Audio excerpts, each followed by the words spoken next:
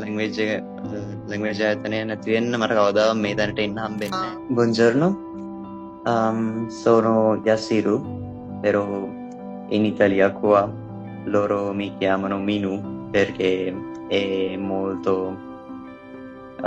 facile a pronunciare quello nome. Buongiorno පුතා කොහමද? Buongiorno madam. හොඳින් ඉන්නවා madam. අපිත් හොඳින් තමයි. ඉතින් ඔයා සන්තෝෂයි ඉතාලි ගිහිල්ලා රීචර්ඩ් එකෙන් ඉගෙනගෙන අපිත් එක්ක මේ වගේ සම්බන්ධ වෙන එක ගැන ගොඩාක් සන්තෝෂයි යසිරු. ඉතින් යසිරු දැන් කොච්චර කාලෙ ඉතාලියට ගිහින්ද? මම ඉතාලියට ඇවිල්ලා දැනට මාස 7ක් විතර වෙනවා madam. මාස 7ක් වෙනවා. එතකොට පුතා අපේ රීචර්ඩ් එකේ මාස 3ක කෝස් එකද කරලා ගියේ කොහොමද? මම රීජන්ට් එකේ මාස 3ක බේසික් කෝස් එකක් තව මාස 6කට විතර ආසන්න වෙන්න ස්පෝකන් කෝස් එකක් කරලා තමයි මෙහෙට ආවේ. very good. දැන් මොකද හිතන්නේ? මට විශේෂයෙන්ම දැනගන්න ඕනේ අපිත් එක්ක ජොයින්ට් වෙලා ඉන්න අනිකුත් දරුවන්ට පුතාලගේම සහෝදර සහෝදරියන්ට ඉතාලි භාෂාව ඉගෙනගෙන ඉතාලියට යන කෙනෙක් සහ ගිය කෙනෙක් වශයෙන් ඔයාට තියෙන බෙනිෆිට්ස් මොනවද? සහ ඔයා කියන්නේ ඔයා අත්විඳින වරප්‍රසාද භාෂාව දන්න දරුවෙක්නේ දැන් ඔයා ඔල්රෙඩි හිට යනකොට යම් මාස කීපයක් මාස 6ක් 7ක් පුරාවට රීජන්ට් එකත් එක්ක එකතු වෙලා බේසික් කෝස් එක කරලා ඊට පස්සේ ඊටු ටිකක් ස්පෝකන් ට්‍රේනින් කරපු දරුවෙක් පුතාට ඒකෙන් ප්‍රයෝජනයක් වුණාද කියන එක තමයි මට ස්පෙෂල් දැනගන්න ඕනේ. ඕකේ අනිවාර්යෙන්ම ඒ කියන්නේ වැඩ මේ මෙහෙට මම එද්දිම මම ඉතාලි දැනුමත් අරගෙන ආවේ. ඉතින් මම මෙහෙට ආපු දවසේ ඉඳන් මට අන්ෆැමිලියර් හැමදේම මගේ අරම් තිබ්බ ඇට්මොස්ෆියර් එක ඔක්කොම මම ෆැමිලියර් කරගත්තා. ඊට පස්සේ එහෙම්මම ලැන්ග්වේජ් එකත් එක්කම ගියා. මෙහේ ස්කූල් එකකටත් මට පුළුවන් වෙච්ච වෙලාවකට ගියා. පරිම මාස 2ක් විතර. ඊට පස්සේ මෙහි A1 එක්සෑම් එක කරගත්තා. මෙහෙට ඇවිල්ලා මාස 4කට විතර ආසන්න වෙද්දී මට රෙස්ටොරන්ට් එකක බේට කෙනෙක් විදිහට ජොබ් එකක් හම්බුණා.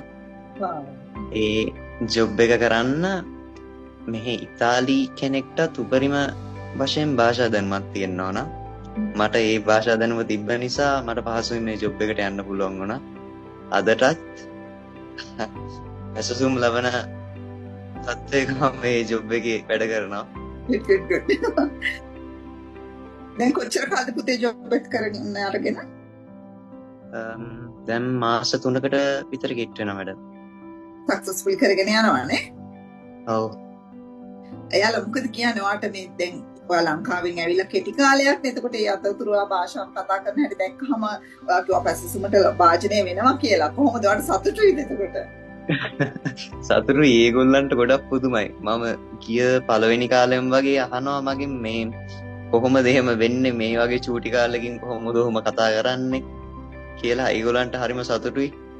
ඒ කියන්නේ ඒගොල්ලන්ට හිතා ගන්නවත් බෑ එහෙම. අනිත් ඔයා මං හිතන විදිහට ග්‍රැමටිකලි කියන්නේ ලැන්ග්වේජ් එක හරියට ඉගෙනගෙන ගිහින් තියෙන එහෙම මෙහෙම වචන දෙක තුනක් ඉගෙනගෙන නෙමෙයි නේද? ඉතාමත් ක්‍රමානුකූලව අපේ ලෙක්චරත් එක්ක ඔයා ලස්සනට ඉගෙනගෙන ගිහින් තියෙන. ඒක ඔයාට හිතනවද පුතේ සාමාන්‍යයෙන් දැන් අපි දන්නවා විවිධ රටවල් වල ඉන්න මිනිස්සු එක්කම යාලා භාෂාව වචන ඉගෙන ගත්තා එන්න තියෙන ග්‍රැමටිකලි පිළිවෙලකට පොතේ දැනුම අරගෙන නැහැ. එතකොට පුතා ගත්ත දැනුම කියන්නේ කෝස් එකක් ෆලෝ කරලා ගත්ත දැනුම සාමාන්‍යයෙන් භාෂාව ඇහිලා කතා කරන දරුවෙක්ගේ දැනුමට වඩා ආත්පසින් වෙනස්. අපි කියන එක ඉන්ටෙලිජන්ට් නොලෙජ් එකක් වට තියෙන්නේ කියලා නේද? ඒ කියන්නේ බුද්ධියක් එක්ක තමයි දැනුම හම්බෙලා තියෙන්නේ. ඒක ගැන වා දකින්නේ කොහොමද? ඒක ඇත්තටම මම ඉනිෂියලි තැන්ක් කරන්න ඕන රීජන්ට් ලැන්ග්වේජ් එකට. ලැන්ග්වේජ් ආයතනය නැති වෙන්න මට කවදාවත් මේ තැනට එන්න හම්බෙන්නේ නැහැ. ඇත්තටම. එතකොට පුතේ ඔයාට යසිරු මොනවද කියන්න තියෙන්නේ? දැන් ලැන්ග්වේජ් එක ඉගෙනගෙන ඉතාලියට එන්න ඉන්න දරුවෝ ඉන්නවනේ. ඒ වගේම ඉතාලියට එන්න හිතාගෙන ඉන්න දරුවෝත් ඉන්නවා ලැන්ග්වේජ් එක ඉගෙන ගන්න එකේ වැලියු එක තාම දන්නේ නැති. ඒ වගේ අලුත් ජෙනරේෂන් එකකට ඔයාට දෙන්න තියෙන ඇඩ්වයිස් එක මොකක්ද? ඇත්තටම මැඩම් මගේ ඔපීනියන් එකෙන් නම් මගේ view point එකෙන් නම් මම කියන්නේ අපි දෙයක් කරන්න කලින් අපි අනිවාර්යෙන් ඒ දේ ගැන කන්ෆිඩන්ට් වෙලා ඉන්න ඕන. ඉතින් මේ වගේ රටකට එනවා නම් අනිවාර්යෙන් ලැන්ග්වේජ් එක දැනගෙන එන්න ඕන. ඒක දැනගත්තා කියලත් සාමාන්‍ය විදිහට නෙමෙයි උපරිම තමන්ට කන්ෆිඩන්ට් ඇති වෙන විදිහට ලැන්ග්වේජ් එක ඉගෙනගෙන තමන් ගැන විශ්වාසයක් ඇතුව ඒ වගේ කන්ෆිඩන්ට් එකක් හදාගෙන ආවොත් මිසක් මේ වගේ යුරෝපියන් රටක විශේෂයෙන්ම කිසිම දෙයක් කරගන්න බෑ ඇත්තටම. ඒක නිසා ලැන්ග්වේජ් එක තමයි ෆස්ට්ම. දැන් අපි ස්පෝකන් පැත්තෙන් ගත්තාම අපි කීප දෙනෙක් හිටියේ අපේ ස්පෝකන් ක්ලාස් එකේ. ඒකේ අපි කට්ටිය ගෲප් වයිස්ලි මේ හැම දෙයක්ම දැන් අපිට නොතේරෙන දේවල් එකිනෙකාත් එක්ක ඩිස්කස් කරගත්තා. එතකොට මේ දැන් මට දෙයක් තේරෙන්නේ නැත්නම් ඒ තේරෙන්නේ නැති දේ තව කෙනෙක්ට තේරෙනවා. එතකොට අර ඔක්කොම මේ තියෙන ඩවුට්ස් ටික ඔක්කොම අපි රිසෝල්ව් කරගත්තා. very good. එතකොට ඒ වගේ කියන්නේ හැමොත් එක්කම එකතු වෙලා කෝපරේට් වර්ක්ස් කරන එක ගොඩක් ප්‍රයෝජනවත් කියලා හිතනවා නේද? ඇක්ටිවිටීස් අපි කියන එකට ගෲප් ඇක්ටිවිටීස් එහෙම නැත්නම් පෙයාර් වර්ක්ස්, ගෲප් වර්ක්ස් වගේ දේවල් කරන එකත් භාෂාවක් ඉගෙන ගන්න දරුවෙකුට ඉතාමත් ප්‍රයෝජනවත්. ඉතින් මොනවා හරි කියන්න තියෙන අද රීජන් එකේ නිව් ජෙනරේෂන් එකට වට තව.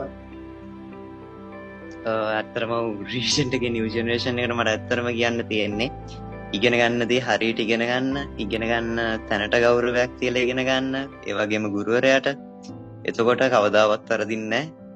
ඒ වගේම භාෂාවක් කියන්නේ ඇත්තටම භාෂාව ඒ කියන්නේ එක භාෂාවකට වඩා භාෂා දෙකක් හෝ තුනක් දන්න කෙනෙක් තුල තව කෙනෙක් ජීවත් වෙනවා කියන එක ඇත්තටම මට දැනලා තියෙන දෙයක්.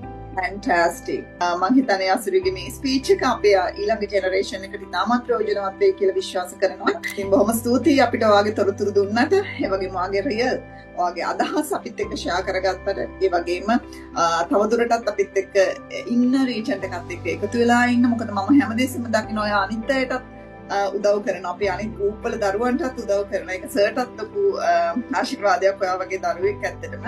ඉතින් ගොඩාක් ස්තුතියි අසුරිය අපිත් එක්ක එකතු වෙලා ඔයාගේ අදහස් ෂෙයා කරාට.